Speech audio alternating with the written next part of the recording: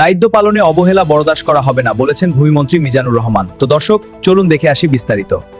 ভূমিমন্ত্রী মিজানুর রহমান মিনু ভূমি প্রশাসনের কর্মকর্তাদের উদ্দেশ্যে বলছেন, জনগণের সঙ্গে সম্মানজনক আচরণ ও সেবামুখী মনোভাব নিশ্চিত করতে হবে। জনগণ প্রশাসনের কাছে ন্যায় বিচার ও কার্যকর সেবা প্রত্যাশা করে। আজ শুক্রবার সকালে রাজশাহী সার্কিট হাউসের সম্মেলন কক্ষে বিভাগীয় প্রশাসন ও জেলা প্রশাসনের আয়োজনে বিভাগীয় ও জেলা পর্যায়ের কর্মকর্তাদের সঙ্গে মতবিনিময় সভায় মিজানুর রহমান কথা বলেন। প্রশাসনকে সততা, দক্ষতা ও সাংবিধানিক দায়িত্ববোধ নিয়ে কাজ করার নির্দেশ দিয়ে ভূমিমন্ত্রী বলেন, দায়িত্ব পালনে কোনো অবহেলা বরদাস্ত করা হবে না। সততা, দক্ষতা ও যোগ্যতার ভিত্তিতে প্রশাসনিক কার্যক্রম পরিচালনা করতে হবে। আমি রাজশাহীর মাটির সন্তান, আমরা একে অপরের সহকর্মী, কেউ কারো বস নই। আপনারা সাংবিধানিক দায়িত্বপ্রাপ্ত, সেই দায়িত্ব যথাযথভাবে পালন করতে হবে। আইন সবার জন্য সমান। আমার সন্তানও যদি আইন লঙ্ঘন করে, প্রয়োজনীয় ব্যবস্থা নিতে হবে।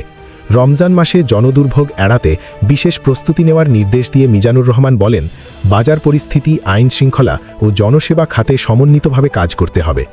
মাদকের বিরুদ্ধে জিরো টলারেন্স নীতি বাস্তবায়নে কঠোর অবস্থান নেওয়ার আহ্বান জানান তিনি আরও বলেন, নির্বাচন পরবর্তী সময়ে সরকারের প্রতিটি দপ্তর সাংবিধানিক কাঠামোর মধ্যেই পরিচালিত হবে এবং আইন তার নিজস্ব গতিতে চলবে। উন্নয়ন কার্যক্রমে গতি আনতে খাল খনন ও বৃক্ষরোপণ কর্মসূচি বাস্তবায়নের ওপর গুরুত্বারোপ করেন তিনি। বাংলাদেশ সংবাদ সংস্থা বাসস ব্যবস্থাপনা পরিচালক এমডি ও প্রধান সম্পাদক মাহবুব মোর্শেদকে সরাতে চাপ সৃষ্টি এবং বেসরকারি চ্যানেল এখন টেলিভিশনের 4 সাংবাদিককে বাধ্যতামূলক ছুটি দেওয়ার অভিযোগের ঘটনায় তীব্র নিন্দা ও প্রতিবাদ জানিয়েছে ইসলামী আন্দোলন বাংলাদেশ। দলটি বলেছে, এই দুটি ঘটনা অশুভ সংস্কৃতির আভাস দিচ্ছে। আজ শুক্রবার গণমাধ্যমে পাঠানো এক সংবাদ বিজ্ঞপ্তিতে কথা বলেছে ইসলামী আন্দোলন। বিজ্ঞপ্তিতে বলা হয়, বাসসের প্রধান সম্পাদকের সঙ্গে যে আচরণ করা হয়েছে তা দুঃখজনক। তার ব্যাপারে কারো যৌক্তিক কোনো অভিযোগ থাকলে তা সুরাহা করার আইনি ব্যবস্থা আছে।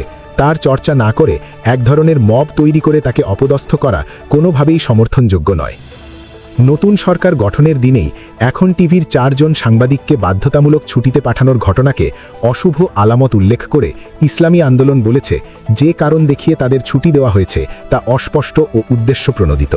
কোনো ধরনের ব্যাখ্যা না চাওয়া, আত্মপক্ষ সমর্থনের সুযোগ না দিয়ে কাউকে চাকুরিচ্যুত করা অমানবিক ও স্বেচ্ছাচারী আচরণ। এদিকে আবার বাংলাদেশের পররাষ্ট্রনীতি প্রসঙ্গে পররাষ্ট্র প্রতিনিধি শামা ওবায়েদ জানিয়েছেন, সমতার ভিত্তিতে সব দেশের সঙ্গে কূটনীতিক সম্পর্ক চায় সরকার।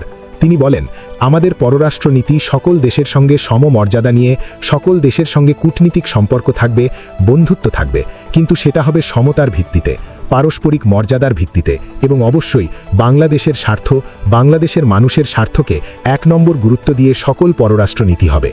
পররাষ্ট্র প্রতিনিধি হিসাবে দায়িত্ব নেওয়ার পর শুক্রবার দুপুরে ফরিদপুরের নগরকান্দা উপজেলার লস্করদিয়ায় নিজ বাসভবনে সাংবাদিকদের সঙ্গে আলাপকালে এসব কথা বলেন শামা ওবায়েদ।